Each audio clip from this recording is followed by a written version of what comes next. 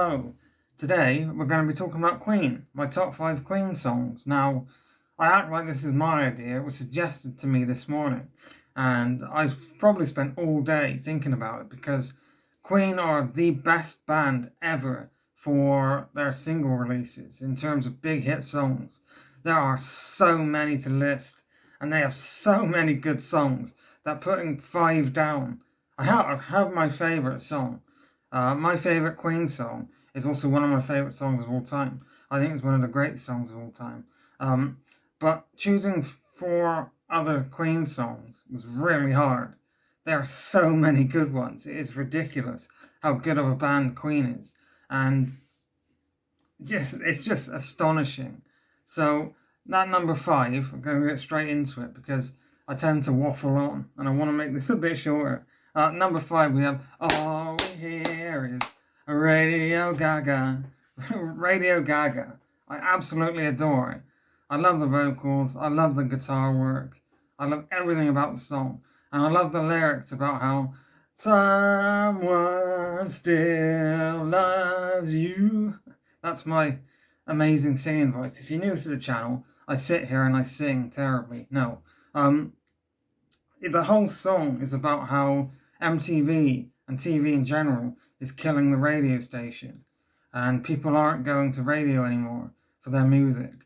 They're going to places like MTV. Around the time this song came out, MTV was making it big with Michael Jackson's Thriller video and the Billie Jean video and things like that.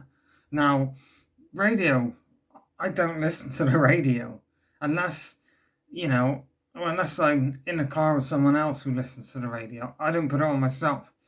With the advent of playlists and things like that, I don't need to. In my mind, the radio is dead to me.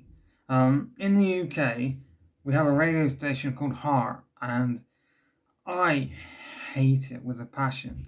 I hate the presenters. I hate the fact they play the same 5 songs every day. And it drives me absolutely insane when my mum, who's currently downstairs, puts that radio station on. I hate it. I hate that radio Anyway, wild tangent. Heart radio is terrible. Anyway, number 4, we have Another One Bites the Dust. And do. That song is just, it's astonishing. The bass line on that song, it's so good that I haven't heard that song in forever. I didn't put it on before this. It's such a good bass line that I know the bass line off the top of my head just by reading the name of the song. The only one I listened to before doing this is, well, I can't say because that spoils the video, but it's such a good song. I love Freddie's vocals. I love the bass line. Is it Roger Taylor plays? Oh no. I looked it up who played bass and I can't. Right, I'm going to say Roger Taylor. I'm probably wrong, but the bass player for Queen is amazing. All the members in Queen were masterpieces. Were really good at what they did in the band. You take Oasis, where there's only 2 members that are brilliant, the Gallagher brothers, whereas in Queen, everyone's brilliant at what they do. That's the difference, and they're one of the only bands that have that. And Another One Bites the Dust is just a brilliant song. Somebody to Love, find me somebody to love, find me somebody to love. That's an amazing song. This is part of their ballerina era. If you didn't know, Freddie Mercury wanted to bring ballerina to the masses, and he would. Freddie Mercury beat up Sid Vicious of Sex Pistols fame. There's a video on YouTube, you can watch it. It's brilliant, the whole thing. Sid Vicious came into the Queen studio while they were recording the album News of the World, and he walks up to Freddie Mercury and says, have you succeeded in bringing ballerina to the masses? And he beats him up. I don't remember it off by heart, but go and watch that. It's brilliant. Somebody to Love, wild tangent. Somebody to Love has some of the best vocal harmonies and double track vocals of any song ever. I love it. And I love when all the Queen members are singing harmonies behind Freddie's roaring lead vocal. It is just brilliant.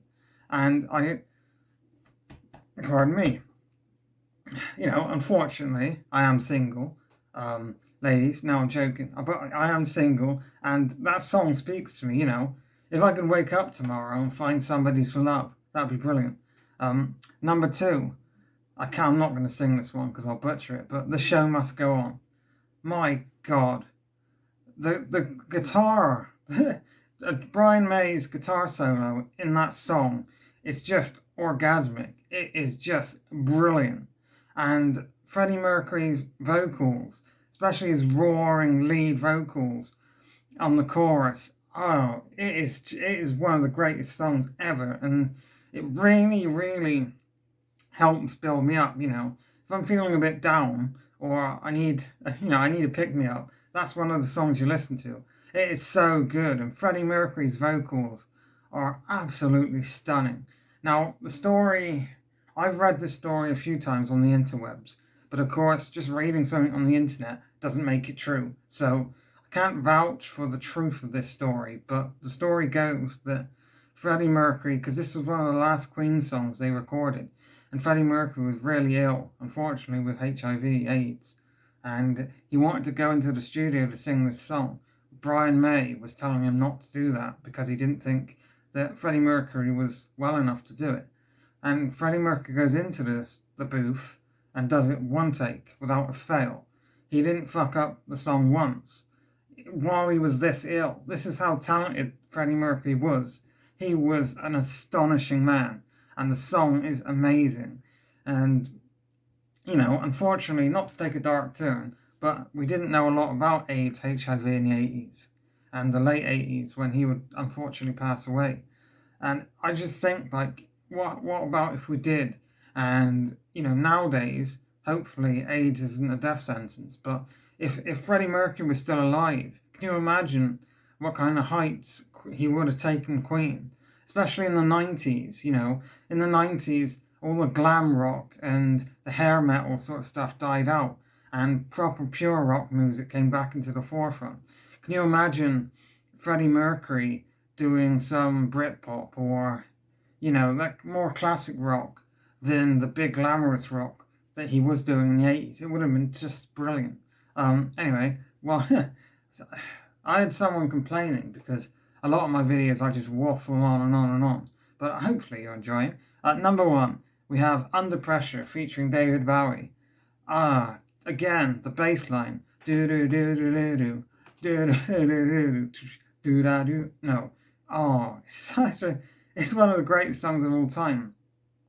I don't know the story behind that one. I believe David Bowie went to meet Queen in the studio, and then the bass player came up with the bass and the song but I'm not sure. You'd have to fact check me on that one too.